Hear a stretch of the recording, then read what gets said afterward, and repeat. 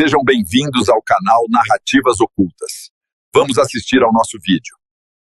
Dois países irmãos. Dois presidentes eleitos com promessas de mudança. Mas um decidiu enfrentar o monstro. ¡Zurdos, hijos de puta, tiemblen! ¡La libertad avanza! ¡Viva la libertad, carajo!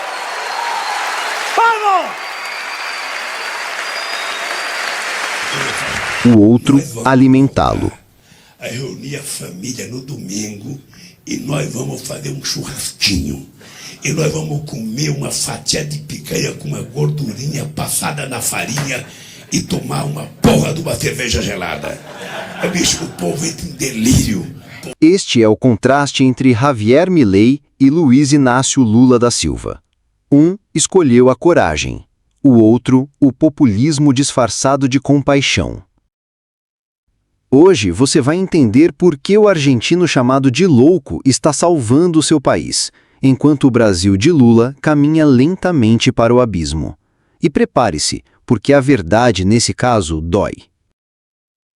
Antes de Milei assumir, a Argentina era um hospital em estado terminal, uma inflação anual de 211%, mais de 40% da população na pobreza, um estado quebrado e viciado em imprimir dinheiro.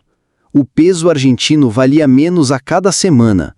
A economia argentina havia se tornado um zumbi, vivo por fora, morto por dentro. Era o legado de décadas de peronismo, de populismo barato e mentiras econômicas. E nesse cenário desolador surgiu um outsider que ninguém levou a sério: Javier Milei. Economista, irreverente, crítico feroz da classe política, ou como ele mesmo diz, da casta. Chamaram de louco, de fascista, de perigo para a democracia. Mas Milei tinha uma vantagem: não precisava agradar ninguém. Não devia favores a políticos, nem se curvava à imprensa. E assim que assumiu, fez exatamente o que prometeu: cortou na carne. Eliminou ministérios inteiros, demitiu milhares de funcionários públicos inúteis, cancelou repasses a ONGs aparelhadas, congelou contratos e reduziu salários de políticos. Disse em rede nacional: não há dinheiro. E começou o maior processo de desestatização da história argentina. Em menos de 6 meses, zerou o déficit primário, algo que o Brasil não consegue há décadas. Enquanto isso, no Brasil, Lula voltava ao poder pela 3ª vez, com um discurso de união, paz e reconstrução. Mas bastaram alguns meses para tudo se revelar. A velha política estava de volta. Criou 37 ministérios, distribuiu cargos como se estivesse jogando doce em festa infantil, aumentou o fundo eleitoral, reabilitou estatais como ferramenta de barganha política e cercou-se dos mesmos aliados de sempre, os mesmos que antes chamava de corruptos, tudo em nome da tal governabilidade. O contraste não poderia ser mais gritante. Enquanto Milei enfrentava greves, protestos e resistência institucional para salvar o país, Lula usava o BNDES para financiar ditaduras amigas, perdoava dívidas de partidos e torrava bilhões em publicidade institucional. A economia brasileira começou a dar sinais de cansaço. O mercado desconfiou. Os juros não caíam como deveriam. O dólar oscilava. O investimento estagnava. E o crescimento do PIB, que deveria embalar a retomada, ficou abaixo do esperado. O governo culpava o Banco Central. O povo já estava começando a perceber a farsa.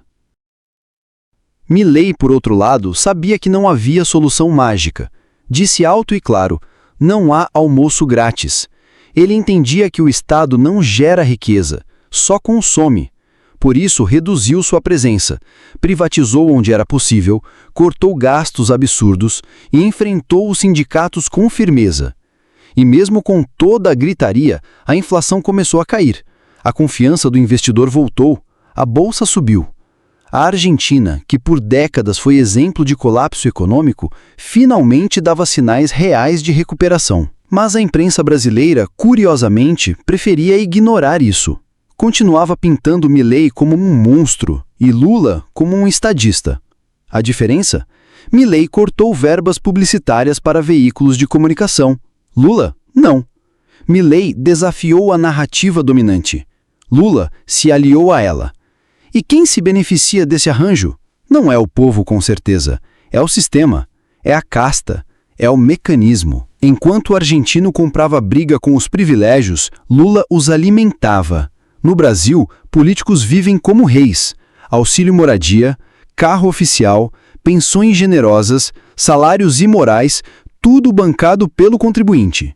No judiciário, juízes recebem auxílio creche mesmo com filhos adultos. No legislativo, parlamentares aumentam seus próprios salários e contratam familiares sem pudor. E o executivo finge que não vê, porque Lula governa para manter a base unida, não para mudar nada. Milei mostrou que é possível enfrentar essa estrutura. Está pagando um preço alto, sofre ameaças, críticas, protestos, mas mantém um rumo. Já Lula prefere o caminho da menor resistência. Fala bonito, chora em discurso, promete tudo para todos, mas entrega o mesmo de sempre. Um país estagnado, engessado, refém da máquina pública. Agora, imagine, e se os papéis se invertessem? Se Milei fosse o presidente do Brasil, conseguiria cortar ministérios, reduzir privilégios, enfrentar o STF? Ou seria acusado de golpista, autoritário, ameaçador da democracia? E se Lula governasse a Argentina nesse momento crítico? Aumentaria gastos? Imprimiria dinheiro? Ofereceria subsídios que o país não pode pagar? Provavelmente sim, e enterraria de vez a economia argentina. A verdade é que Lula jamais conseguiria aplicar na Argentina as mesmas práticas que usa no Brasil, porque lá o caos já chegou. Lá não há mais margem para ilusão. Já no Brasil, o povo ainda é anestesiado com parcelas, bolsas, cotas, narrativas. O brasileiro ainda acredita que o Estado vai salvá-lo, quando na prática é o Estado que o impede de crescer. Milei não é perfeito, comete erros, é explosivo, antipolítico ao extremo. Mas tem uma coisa que falta à maioria dos líderes latino-americanos: coragem. Ele não tem medo de perder popularidade. Prefere falar verdades duras do que sustentar mentiras doces. E é por isso que está colhendo frutos reais, ainda que lentos. Lula, por sua vez, é o mestre da manipulação.